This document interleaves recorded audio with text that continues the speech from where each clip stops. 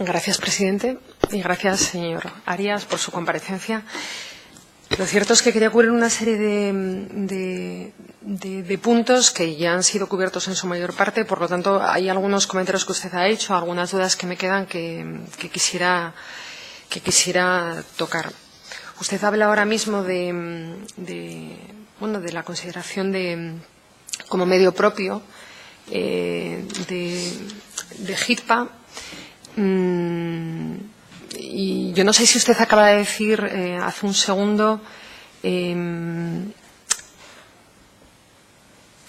al principio de su intervención, yo creo que con el portavoz del Partido Popular hablaba precisamente de dónde proceden sus ingresos. A mí me gustaría que aclarara, hablaba, no sé si me estaba hablando, hablaba de un 70% o 80% y que eso impedía o que dificultaba precisamente esa conversión. ¿Puede aclarar eso? Sí. La evolución de los años anteriores al informe era 70%, 40 y pico por ciento, 30 y pico por ciento. Eso decía que podía plantearnos dudas el 70% si es la parte esencial de la actividad, pero en mi opinión no ofrece ninguna duda de que si no llegas al 50% no estás realizando la parte esencial, ¿no? Entonces, siempre desde el punto de vista de los ingresos. Esto es importante porque este debate se va a producir en los próximos meses con informes de la sindicatura donde nosotros centralizamos el carácter de medio propio en los ingresos, por su carácter automático, por su respaldo en algunas sentencias del Tribunal de Justicia de la Unión Europea y por el carácter fácilmente comprensible, ¿no? Pero es cierto que la actividad y los ingresos no son términos coincidentes. Y en ese sentido, puede haber otros medios de prueba y puede haber un debate al respecto a la opinión de la sindicatura que diga que no es medio propio, ¿no? La aceptamos, pero también exponemos claramente que es lo que venimos haciendo desde los últimos años, ¿eh? Y en este caso nos ofrece dudas y creo que esas dudas al día de hoy son, como preguntaba el ponente anterior, seguramente siguen vigentes porque no vemos que la parte de los ingresos vinculados a la administración del Principado vaya a crecer. Más al contrario, al final seguirán los clientes privados, por así decir, siendo una parte más importante. Y esto en sí mismo no es malo, o sea, que haya ingresos del sector privado y en algunos casos con tarifas, por así decir, más generosas para los caudales públicos, no es malo. No si eres el cliente, pero sí que desvirtúa el concepto de medio propio, que no deja de ser, como dijimos, una solución rápida y ágil para resolver las contrataciones de una manera eficiente. Pero en este caso no se cumpliría el segundo de los requisitos, que es el de la parte esencial de la actividad. Yo tenía entendido que las directivas europeas tan solo hablaban de ingresos. No de actividad.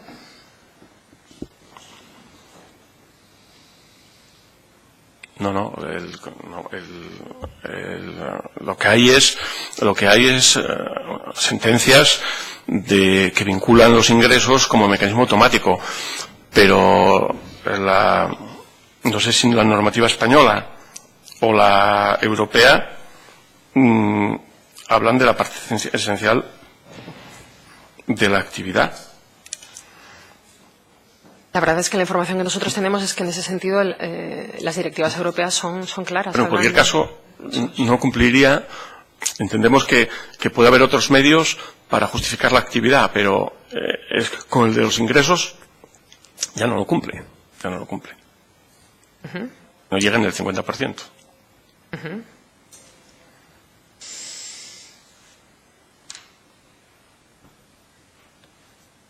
Bien. Quisiera hacer un comentario. Antes hablaban precisamente de... creo que hablaron en su informe, hablaban de la subvención, instaban, el Principado debía instar al reintegro, indicaban ustedes que debía instar al reintegro de esa subvención otorgada a la sociedad en el año 2009. Yo recuerdo que aquí nosotros preguntamos, o particularmente esta portavoz preguntó al consejero de Empleo este año en la Comisión de Industria, y se decía que se había iniciado ese procedimiento para el reintegro Y yo, si no me equivoco, en la documentación aparece como que eso finalmente se ha realizado. En todo caso, bueno, ese es simplemente una comprobación que habría que hacer. Yo quería comentarle, usted antes hablaba de la colaboración absoluta por parte del personal de la empresa pública GIRPA, por un lado. Por otro, a nosotros nos llama la atención y que además usted hable de trasiego de expedientes que van de aquí para allá. A mí esto me suena un poco me da bastante desconfianza, me genera desconfianza. ¿Cómo se manejan los expedientes en esta administración del Principado con empresas públicas? Para que, desde su posición, usted considere que es normal que se puedan perder determinados documentos. A mí eso, francamente, me genera, o que se puedan perder determinadas cosas. Por otra parte, me llama la atención. Quiero decir, hombre, yo espero que de una empresa pública haya colaboración absoluta a la hora de facilitar información.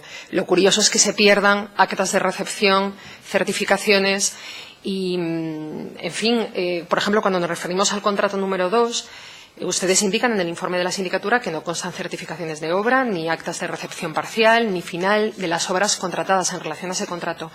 Yo le pregunto, además, ¿cómo se pudo pagar sin actas de recepción?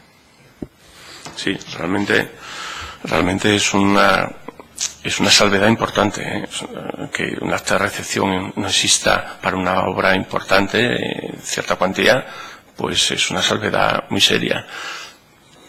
Yo pretendía decir que suponíamos que existió porque es que pagarlo realmente es un problema, pagarlo sin acta de recepción. Porque si realmente la obra tiene un defecto, un vicio, el Tribunal de Cuentas abriría un expediente de responsabilidad contable para todos los que participaron. Entonces es un riesgo excesivo para un gestor que estampa su firma sin que haya un acta de recepción. Es un riesgo claro de producir un pago indebido. Por eso no debió de hacerse. Está claro que no debió de hacerse ese pago hasta que no apareciese el acta de recepción.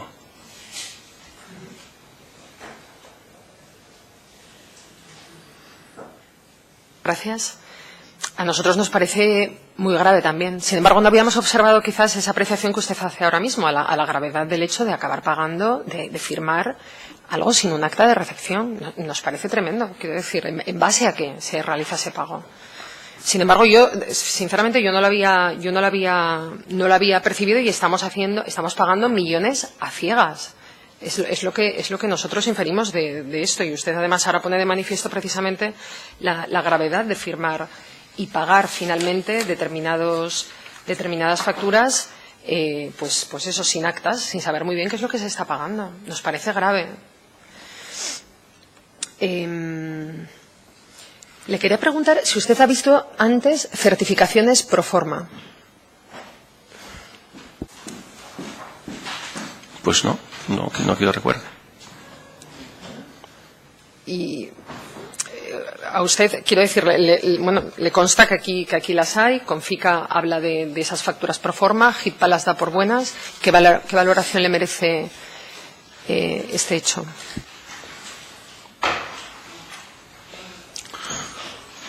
Bueno, pues si me dice exactamente, vamos a hacerlo bien, si me dice exactamente en la página.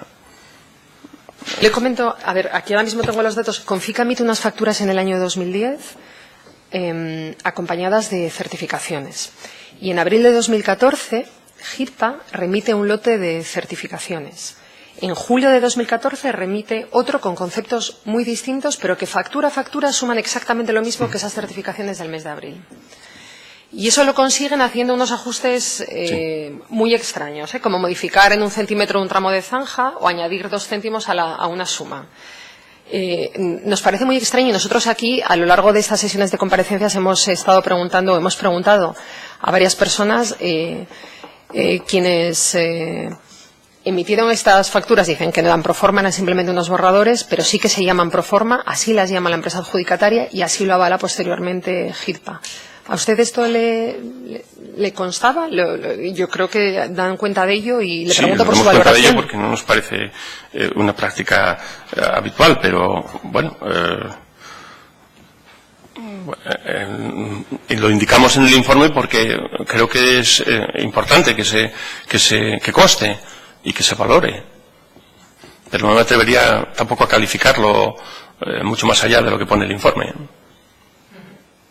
No obstante, si desea una aclaración específica, se la envío cuando haya consultado exactamente. Si le parece mal. No. Bien, se lo agradezco. Sí, sí. En todo caso, bueno, estos dos aspectos que comentaban en mis dos últimas preguntas, las certificaciones pro forma que luego se modifican y los pagos de facturas sin actas de recepción, nos parecen dos hechos sumamente graves, simplemente. No tengo más preguntas. Muchísimas gracias. Muchas gracias. Tiene la palabra el Grupo Parlamentario Socialista. Buenos días y muchas gracias, señor Arias. Bueno, yo simplemente, si la información que tengo no me falla, hacer un par de aclaraciones a dos consideraciones que se hicieron por parte de una intervención previa, ¿no? A una subvención que se habló aquí del GIPTA, esa subvención se devolvió con fecha 29 de marzo de 2016, en total un importe de 167.783. Fue aprobada por el Consejo de Administración del GIPTA en la reunión, creo que fue del 4 de diciembre, y es verdad que esa diferencia temporal entre la aprobación por parte del Consejo y el ingreso se debió a que no se sabía tampoco muy bien hacia dónde había que dirigir ese ingreso y al final se pagó pues en la cuenta del Principado, ¿no? Y la segunda consideración con relación al tema que aquí se habló del fraccionamiento, creo que el Tribunal de Cuentas archivó lo relativo al fraccionamiento y creo que también se habló aquí del contrato número 2. Y me consta, si la información que tengo, como digo, es precisa, que así es, ¿no? Hechas estas consideraciones y al hilo un poco de las alegaciones que hizo el GIPTA, ¿ustedes consideraron alguna alegación de las que hizo el GIPTA en su momento? ¿Alguna fue considerada, fue tenida en cuenta? Sí. Normalmente, bueno, estudiamos, hacemos un informe específico de cada alegación, los discutimos y cuando el Consejo de la Sindicatura lo aprueba, tiene en cuenta el informe del auditor, un responsable del equipo, sobre cada alegación, ¿no? Y aceptamos bastantes en general. En este no recuerdo el número de ellas, pero unas cuantas sí. Muy bien. Con relación al cálculo del volumen del negocio total, que es una de las cuestiones que también figuraban en esas alegaciones, ¿ustedes siguen un criterio de cuantificación conforme a algún tipo de normativa o fue un criterio que decidieron en el seno de la propia sindicatura? Se refiere al cálculo en función de los ingresos. Sí, venimos haciéndolo así desde siempre para considerar como medio propio una entidad, y el concepto de los ingresos, que digo, ya no es tan pacífico como hace unos años, nos parece primero porque si cambiásemos el criterio tendríamos que motivarlo y especificarlo, y segundo porque es un criterio automático y muy comprensible, ¿no? Y que si ofrece alguna duda, puede ofrecer la duda, como decíamos antes, entre el 70 y el 80 o el 90, pero no cuando está en nuestro criterio por debajo del 50. Ahí sí que no nos ofrece ninguna duda. En los años en los que lo calificábamos así, que era el 2012-2013. ¿Por qué se calificaron los años 2011 y 2013, de 2011 al 13, y no del 9 al 11, teniendo en cuenta que la encomienda al GIPTA fue del año 2012? ¿Hay alguna razón específica? No que yo recuerde. Sí. Tendré que mirar qué pasó con el 2009-2010. Pregunto esto porque si la encomienda se fija en el año 2012, entendería yo, si no estoy tampoco mal informado, que se deberían de cuantificar los 3 años anteriores a lo que era la empresa antes de la encomienda, que serían 9, 10 y 11. Y ustedes, sin embargo, cuantificaron 10, 11 y 12 cuando había datos del ejercicio 12 que quizás todavía no estaban cerrados. Puede ser, que tampoco quisimos retortarnos demasiado, porque quizás la empresa cuando empieza su actividad, los datos que hubiéramos obtenido quizás fuesen muy primitivos, es decir, muy irrelevantes, ¿no? Pero sin embargo, usted dice que aceptaron alegaciones del GIPTA. Esta fue una alegación clara y fundamentada y no la tuvieron en consideración. ¿Por alguna razón especial? No, pero si le parece, le envío la fundamentación que sirvió de base para la denegación, que constará en el Pero no hay ninguna normativa por la cual ustedes dijesen el 12, 13 y 14, el 11, 12 y 13, y no como consideraba en las alegaciones la empresa, que debería de ser los 3 años anteriores a la encomienda de gestión. No que yo recuerde.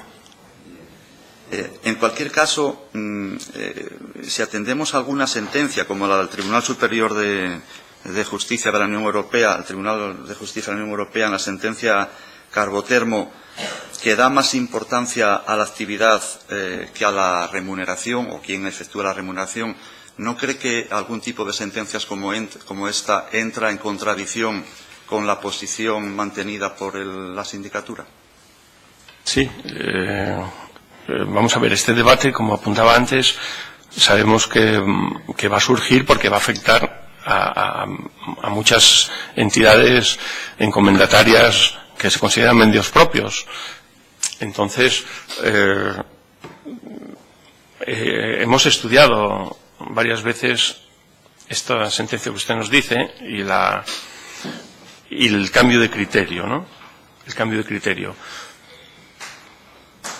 Es cierto que primero puede suponer una decisión distinta, pero también piensen que para saber realmente a lo que se dedica la actividad, deberíamos de tener acceso a la contabilidad de costes, a los partes de servicio de los empleados, a qué dedican su tiempo, en este caso de trabajo.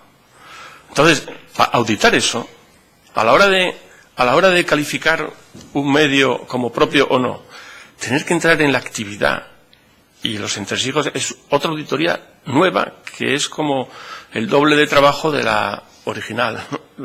Por eso el criterio de los ingresos puede tener sus críticas.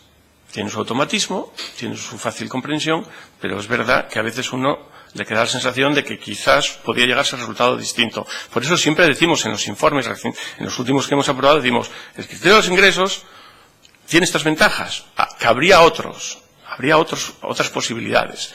Pero, es realmente una labor complicada de hacer y nunca tendríamos la seguridad si los datos que nos aportan son los correctos o no. De ahí que en la mayoría de las entidades de fiscalización se esté aplicando el de los ingresos. Pero tiene usted razón de que podría llegarse a otra calificación distinta. Yo quise escucharle antes decir que el Tribunal de Cuentas era un lector privilegiado, ¿no? ¿Usted conoce el informe del Tribunal de Cuentas sobre INECO? Sí, los razonamientos que hace para la valoración de las 3 anualidades. Lo leí, pero concretamente en esa parte no. Es que choca bastante con el criterio que exponen ustedes en la sindicatura. Yo, no obstante, le voy a leer un párrafo, ¿no?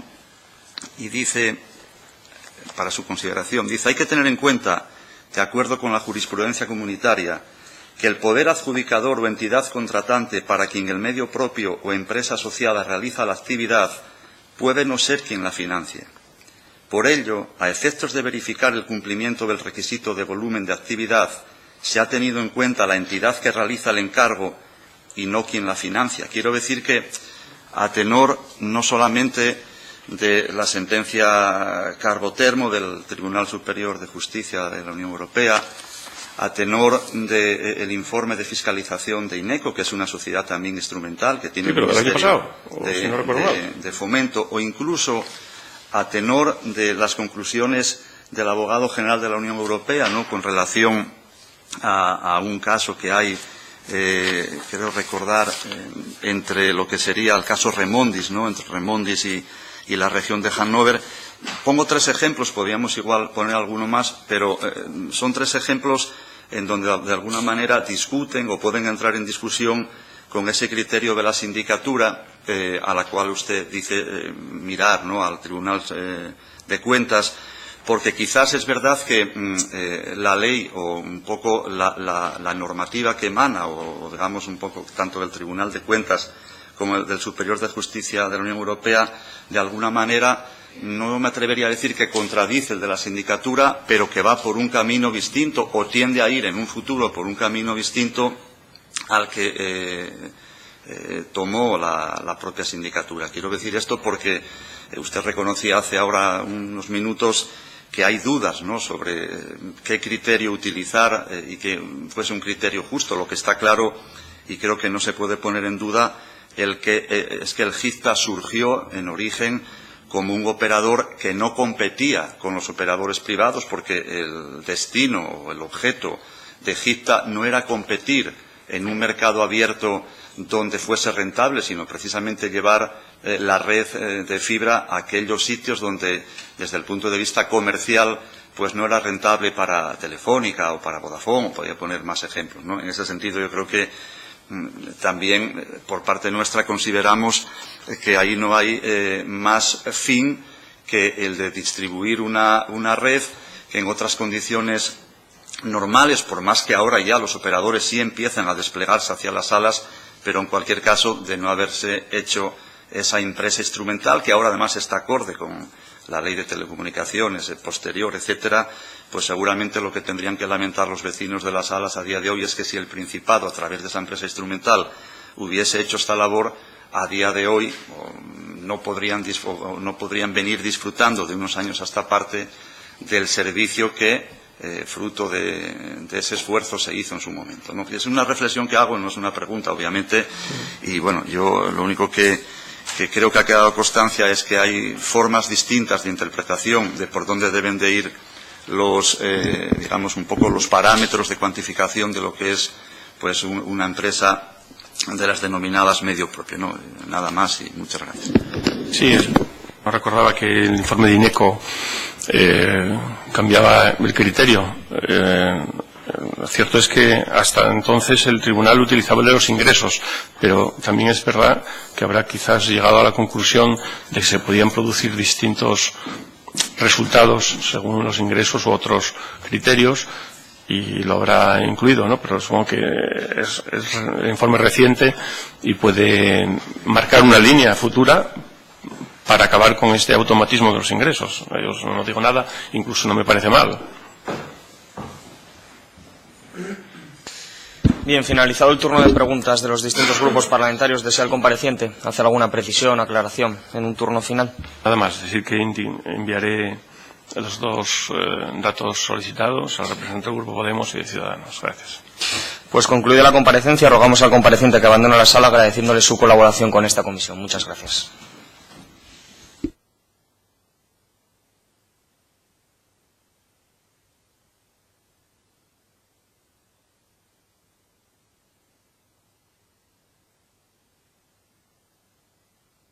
Continuamos y, de acuerdo con el calendario aprobado por la comisión y señalado por su mesa, ha sido citado para las 11 horas don Martiniano Villar Villar, interventor adjunto. Llámese al compareciente.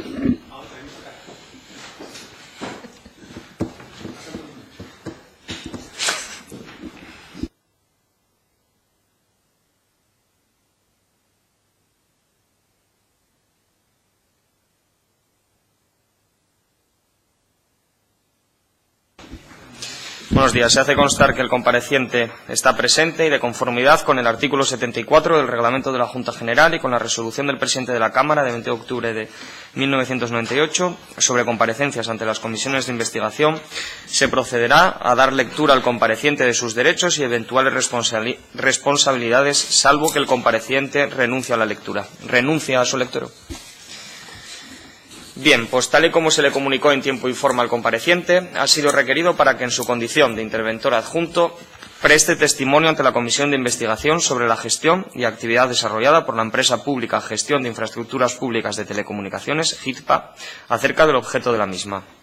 Como también se le comunicó en tiempo al compareciente, tiene la posibilidad de efectuar una exposición previa, si así lo desea, por no más de 30 minutos.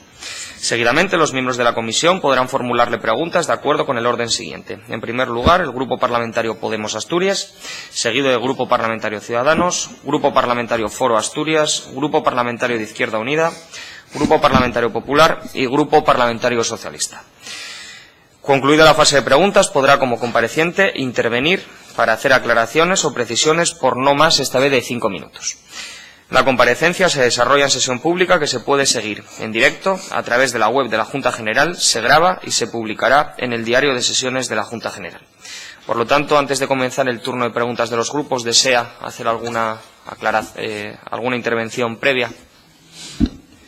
Perdón. Únicamente poner de manifiesto que, bueno, no soy ni he sido nunca interventor adjunto. Mi trabajo es de intervención delegada. No sé si tiene alguna trascendencia o por qué se me convoca como interventor adjunto. Pero bueno, aparte de eso, pues nada más. No tiene mayor importancia. Bien, muchas gracias. Pues hecha esta aclaración, pasamos por lo tanto al turno de preguntas, como le indicaba, y comenzará el Grupo Parlamentario Podemos Asturias. Gracias, presidente, y gracias, señor Villar, por su comparecencia.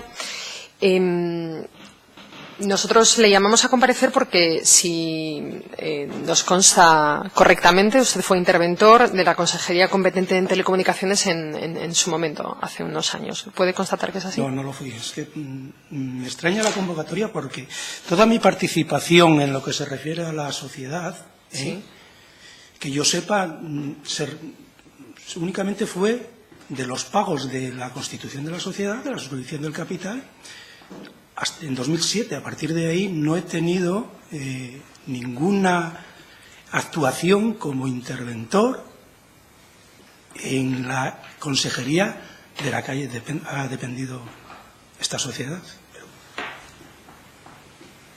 Por eso le decía, me han convocado como interventor adjunto. Ya de hecho no sé el motivo y no de interventor delegado. Pero es que además mi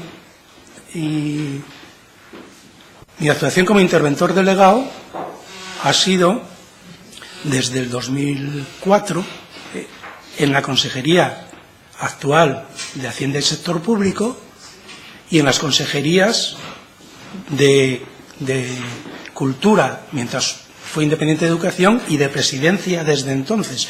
Por tanto, no me llamó la atención que me citaran, pero bueno, como sí tuve participación en el inicio, digo, a lo mejor es en relación con la constitución de la sociedad o algo, pero no tengo ningún conocimiento de nada de las actuaciones de la sociedad desde como sociedad, adjudicada y como sociedad medio propio de la administración, y a las que se le han hecho una serie de encomiendas para realizar una serie de actuaciones. No he participado para nada en expedientes de ningún tipo, que yo sé. De acuerdo, pues entonces la información con la que contamos no es exacta. De acuerdo, en todo caso usted es interventor delegado y quizá nos pueda ayudar en algunas dudas que se plantean, si tiene a bien contestarme a un par de preguntas que le voy a plantear en torno a encomiendas de gestión y empresas públicas. Como interventor delegado me gustaría conocer su opinión igualmente. No, sí, por supuesto. ¿De acuerdo? Sí. ¿Usted ha tramitado encomiendas de gestión a otras empresas públicas? Sí, claro, alguna me ha tocado tramitar, realizar las labores de intervención en la encomienda. ¿Y en qué interviene, actúa, controla la intervención general en las encomiendas de gestión? ¿Podría detallarlo? Bueno, en lo que a mí puedo detallar en lo que a mí me afecta, en las que yo he visto, las pocas que he visto. Interviene en el sentido de que aquello que se le encomienda, digamos, es algo que por razón de su objeto puede realizar la sociedad, que la sociedad efectivamente es un medio propio instrumental al que se le puede encomendar, y que la encomienda o el encargo que se realiza se ha presupuestado, tiene como naturalmente es necesario un proyecto técnico o un servicio que sea pertinente, y se ha calculado su presupuesto y se le encomienda en base a unas tarifas que han sido aprobadas en su momento por Consejo de Gobierno para que corresponda. Es la actuación que tenemos que hacer. ¿Y cómo se tramitan esas encomiendas y cómo se controla su facturación? Bueno, se tramitan una vez. La encomienda no deja de ser, en este sentido, si es un medio propio instrumental sobre el que el órgano competente administrativo, la consejería, tiene un control como el que pueda tener sobre sus propios servicios, digamos que es un mandato imperativo, es una ejecución a la que está obligada la sociedad en cuestión. Entonces, sencillamente, la encomienda recoge los términos de la encomienda, que son los trabajos a realizar, y establece el sistema de pagos. El sistema de pagos, lo habitual es que sea mensuales, como casi todos, si son servicios con una simple factura en el que se refleje el servicio correspondiente y el periodo que corresponde, sería suficiente. En caso de obras, como en cualquier obras, previa la factura tiene que estar soportada en una certificación emitida por el director de obra, por el facultativo, por el que sea. Eso es toda la comprobación a efectos de la ejecución de la encomienda, como la ejecución de cualquier otro contrato. Ustedes controlan las facturas, controlan las certificaciones en todas las encomiendas de gestión y yo le pregunto, ¿ustedes revisan las tarifas también? Las tarifas las revisamos ustedes, yo casi hablo más en plan individual, lógicamente. Las tarifas se revisa en el encargo. Con el encargo se comprueba que efectivamente los trabajos se le encargan, están tarifados y se le encargan a esos precios aprobados. En la ejecución, naturalmente, se comprueba que los trabajos responden a lo encomendado y a los precios a los que se le encomendó. Quisiera preguntarle, esto es específico obviamente en relación a esta comisión, pero nos llama la atención que no haya ninguna copia de facturas de GIRPA ni intervención ni en contabilidad. ¿Esto es normal? ¿Lo ha visto usted en otros casos anteriores? ¿O en otros casos que usted haya... los que haya intervenido? Que no hay facturas de GIRPA... No hay copia de las facturas de GIRPA ni en intervención ni en contabilidad. No puedo decirle, me extraña, pero no sé... No puedo decir que no las haya. Vamos, generalmente la forma de acreditar los trabajos es mediante facturas y las facturas quedan, que yo sepa, quedan con el documento contable archivada en intervención, pero no sé lo que me extraña. Bueno, esto parece ser que... me lo está diciendo, perdón. Sí. No, yo le pregunto si usted ha visto que esto haya sucedido en otros casos. No sé lo que... He tenido la ocasión de participar, una vez contabilizadas se archivan en intervención.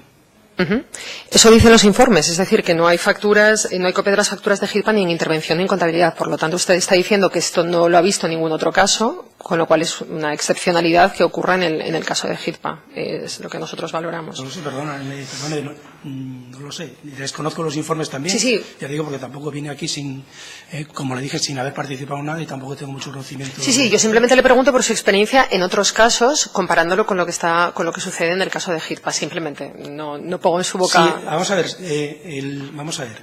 Si en la propia encomienda, digamos, el documento, el convenio, que a través del cual se instrumentaliza una encomienda o la propia encomienda mediante un acuerdo, una resolución, establece los términos jurídicos y económicos de dicha encomienda. Ahí establecerán la forma de pago y la forma de acreditar y la forma de reconocer las obligaciones y la forma de liquidar el pago. Si establece que será mediante informes pues no lo sé, claro. En lo que a mí respecta, las ejecuciones, los seguimientos y los pagos de las encomiendas, de los encargos que yo he seguido, porque corresponden a mi consejería, la acreditación del pago se realiza a través de la factura que emite la entidad que realiza la encomienda. ¿Y es normal que haya facturas originales en los expedientes? No importa. Pero tengo que repetirla para que quede grabada. ¿Es normal que haya facturas originales en los expedientes? Pues lo desconozco. Lo que sí sé es que la factura original está en intervención. Vale.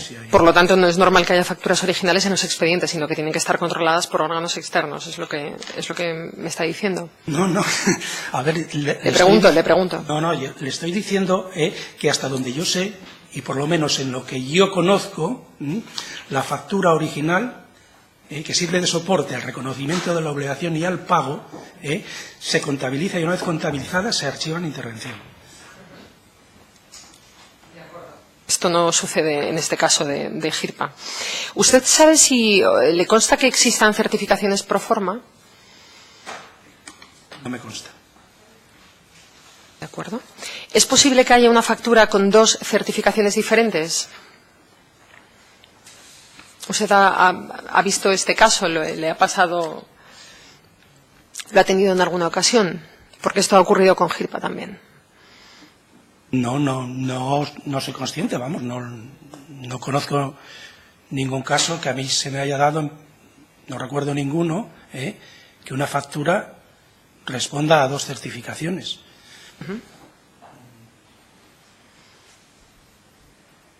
No, en principio no. Depende también un poco cómo sea la certificación. A lo mejor, no sé, es únicamente por pensar, no con ánimo de nada.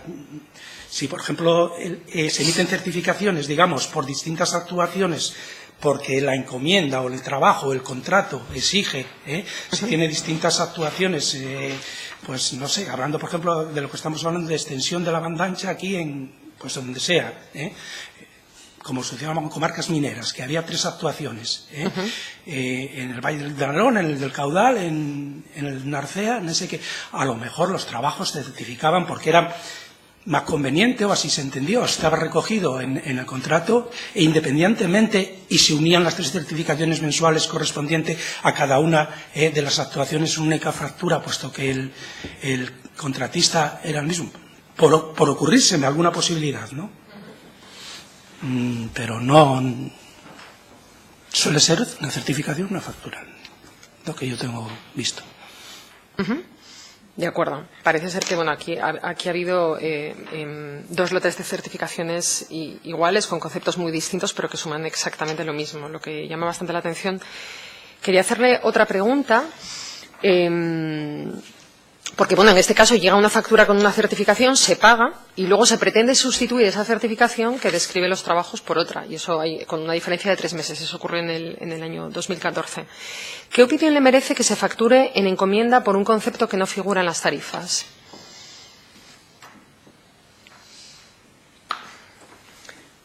Esto sucede en un caso muy concreto. Tenemos un concepto en una factura, la voy a citar para que conste, usted obviamente si no ha estado en esto no tiene por qué conocerla. Es la factura 79/09, correspondiente a los trabajos realizados en el mes de diciembre dentro de la encomienda para la ejecución de las troncales y despliegues para la extensión de la red Asturpón de fibra a casa. Y hay un concepto que se llama aparece como otros, unidad de obra por adelanto por acopio de material para la construcción de la red troncal en zonas no pavimentadas, que no aparece en las tarifas y que suma sin IVA 1.223.000 euros, que se abonan, por cierto. ¿Usted qué opinión le merece esto? No sé si quiere... No, es que, vamos a ver, me pregunta... claro, los hechos individuales, hay que conocer cada hecho individual y ver el expediente completo, porque lo que usted me está preguntando, pues no lo sé, en esos términos que me lo está preguntando. Si usted me dice, claro, a la pregunta que usted hace, ¿qué le parece que aparezca en factura un concepto? Pues no me parece ni bien ni mal, habría que acreditar por qué está ese concepto ahí. Digo, en las labores de intervención que a mí me correspondía efectuar, Si en concreto me está diciendo, aparece una factura en los acopios, bueno, en principio, ¿por qué no va a aparecer acopios si cumplen los requisitos? Entonces depende un poco de cada expediente concreto. Habría que analizarlo en su conjunto y con todos los elementos de juicio. Es que contestar a una pregunta tan concreta sobre... Bien, en relación a la primera pregunta, de manera general, quiero decir, usted se encuentra con que se factura en encomienda un concepto que no figura en la resolución de tarifas. Yo le pregunto, ¿eso es legal? Si no figura, en principio, yo lo que haría es ponerlo de manifiesto al órgano gestor que acredite porque eso. En caso de que no se pueda acreditar, en mis labores de intervención repararía ese pago. Ahí haría toda mi actuación. De acuerdo. Muy bien, la repararía entonces, dice usted. De acuerdo. Muy bien, no tengo más preguntas. Gracias. Gracias. Tiene la palabra el Grupo Parlamentario Ciudadanos. Gracias, presidente. Buenos días, señor Villar. Estamos haciéndole preguntas en parte quizás para aprender, O sea que usted si no quiere responder no me... Ya lo entiendo. Lo que pasa es que entenderán que... Bueno, ya las comparecencias son así de esta manera, sin no sé, precisar un poco a qué venimos. Yo lo entiendo que venís, No tengo ningún inconveniente dentro de mis... mayores o menos conocimientos contestar a cualquier cuestión, no hay ningún problema. Pero es que es muy difícil a detalles concretos sin haber participado en ellos, sin tener el conocimiento y el expediente delante completo. Yo solamente le haré un par de preguntas de carácter general. y si tiene bien contestarme, pues me conteste. Bien, en el caso de una encomienda de gestión, la intervención, que es un cuerpo jerárquico, ¿no? La intervención es un cuerpo que hay una jerarquía, porque usted habló antes que era interventor delegado. ¿Exactamente un interventor delegado? ¿Cuál es la diferencia? ¿Nos podría explicar qué significa eso?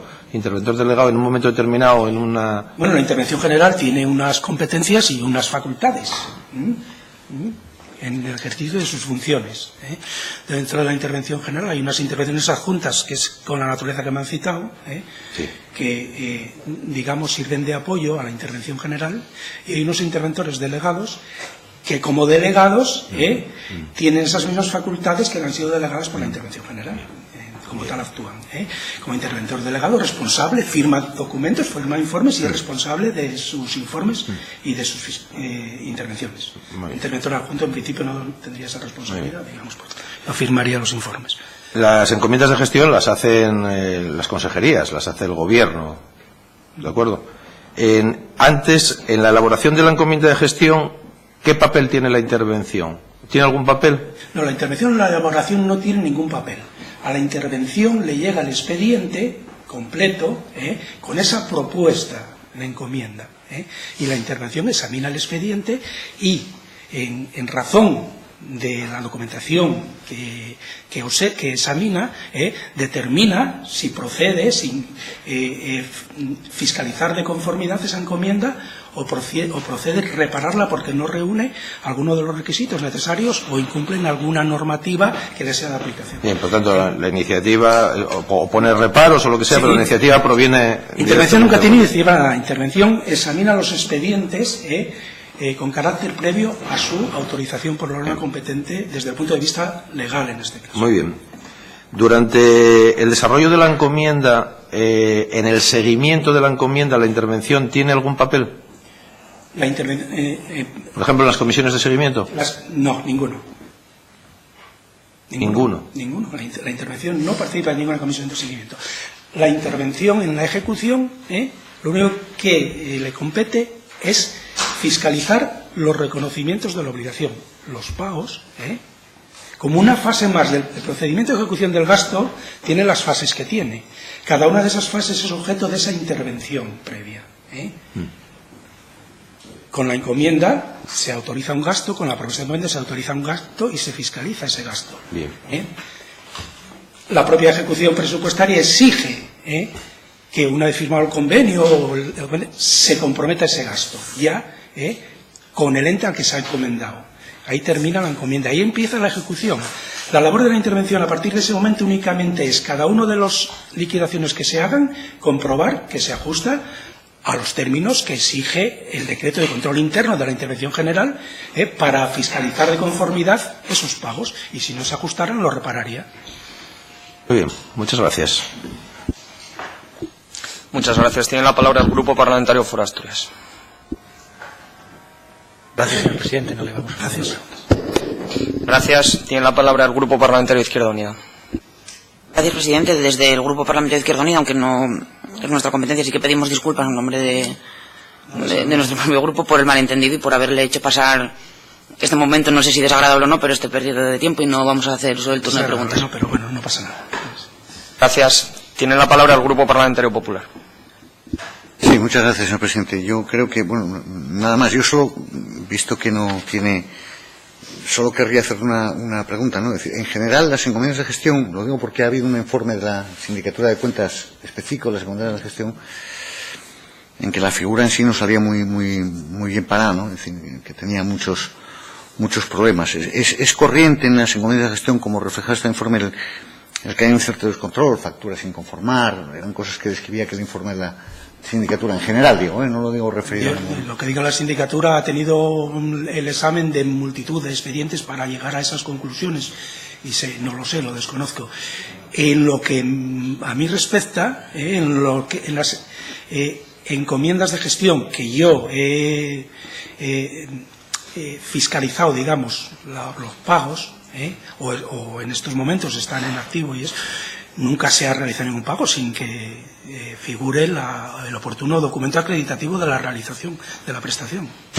Y una pregunta, sé que usted no tiene contacto con nuestros expedientes, pero una pregunta que a mí me llama la atención muy concreta sobre una de las encomiendas, que es la ejecución de las troncales. Usted mencionaba antes algunas de las de la zona centro, aquí estamos viendo la de la troncal occidental. Se da una circunstancia muy curiosa, es decir, la encomienda de gestión, yo entiendo que lo que encargaba al Principado era la ejecución de una obra para que sea de su titularidad. Es decir, en lo que yo he examinado, usted no tiene por qué conocer en la troncal occidental, lo que hay son unos derechos de paso, pagados 15 años a FEBE para que la red discurra por ahí. Y a mí eso me parece que no es lo que encargaba la encomienda. Lo normal en una encomienda de obra es que la encomienda una obra que al final vaya a ser titularidad de la administración, ¿no? Por lógica. Es así esto, ¿no? No puedo contestarle, lo desconozco. Y todo lo que sé, la verdad que todo lo que me suena algo de esto de telecomunicaciones es porque sí participé, sí me tocó fiscalizar y seguir el primero de los contratos, el que es la extensión a las comarcas mineras, financiada con fondos mineros, y eso, que fue un contrato al margen de encomienda, fue un contrato con una empresa después de una licitación pública que se ganó el concurso y se dice, y de eso me suena las troncales, la banda ancha, la extensión. Fuera de eso es que como no he participado para nada de este tema, lo desconozco totalmente. Pues nada más, yo le agradezco muchísimo su aclaración.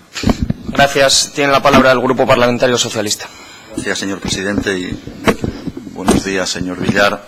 A mí no me queda más que sumarme a la petición de disculpas que ya antes la había trasladado el Grupo Parlamentario de Izquierda Unida en el nombre del Grupo Parlamentario Socialista, aunque ni el Grupo de Izquierda Unida ni el Socialista tengamos nada que ver en la petición hoy aquí de su comparecencia, ¿no?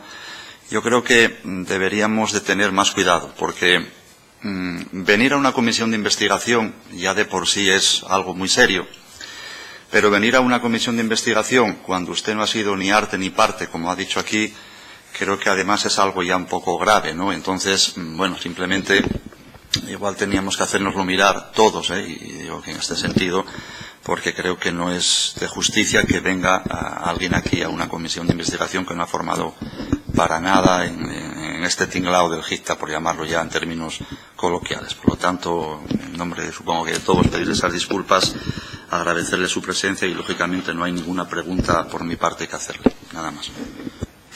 Bien, gracias. Desea el compareciente. Ya ha finalizado el turno de preguntas, hacer alguna aclaración, precisión o lo que estime oportuno. No, pero bueno, ya voy a aprovechar para unirme un poco a la reflexión de el representante del Grupo Socialista, en ese sentido de que,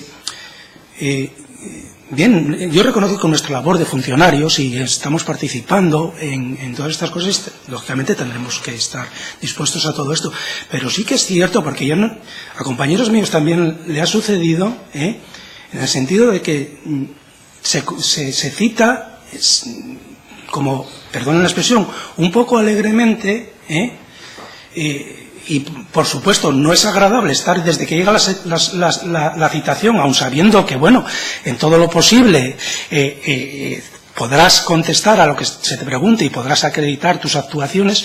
Desde ese momento comprenden que ya es una situación incómoda, te empiezas a plantear, ¿y qué hago? ¿Y por qué? Porque como además no es sobre algo específico, es con esta generalidad de en razón del objeto de la comisión de investigación, pues no es agradable. En ese sentido, como no ha sido mi caso único, no de esta comisión, por cierto, de anteriores, compañeros mismos de intervención, que al final, bueno, a mí hasta se me ocurrió también llamar y preguntar y eso, pero digo, bueno, de alguna forma participé, puesto que, como dije al principio, en el expediente de constitución de la sociedad sí correspondía a mi consejería y sí participé. Bueno, será a lo mejor en relación con eso, pero también se me planteó el hecho de llamar y poner de manifiesto que no venía a cuento, porque no soy el único y conozco otros casos de otras comisiones, de Marea y de otros, en que se ha citado a compañeros, hablo en concreto de intervención, que por supuesto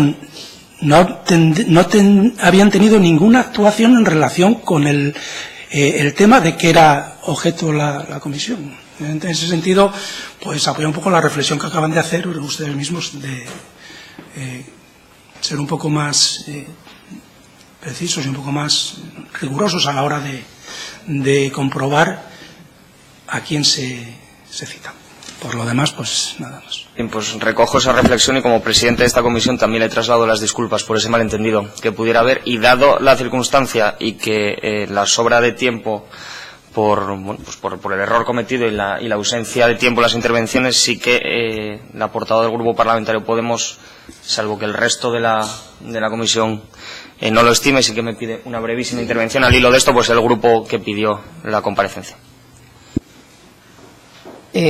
Señor Villar, precisamente nosotros le llamamos porque sí que habíamos visto que usted había participado como interventor en Origen claro, esa fue la motivación, obviamente. El asunto es que luego usted nos comenta que no estuvo posteriormente. Nosotros ese detalle lo desconocíamos, pero obviamente hay una razón para citar a todos los comparecientes. Yo al menos respondo por parte de mi grupo parlamentario.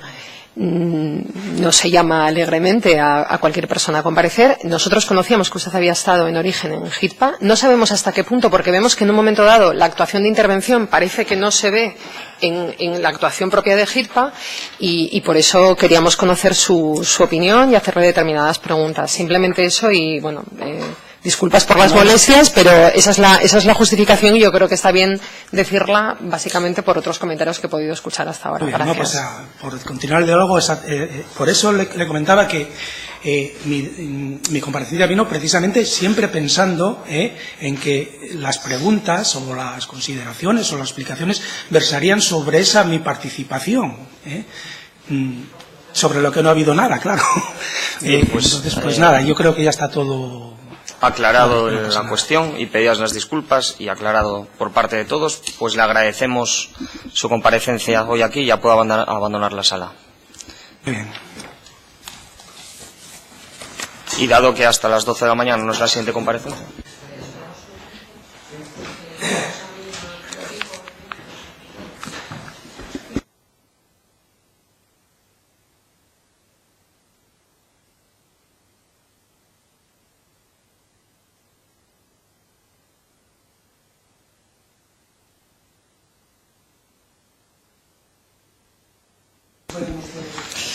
Pues por agilizar la mañana, sí que, aprovechando que está la compareciente ahí, pues nos tomamos 5 minutos de receso y nos vemos aquí en 5 minutos.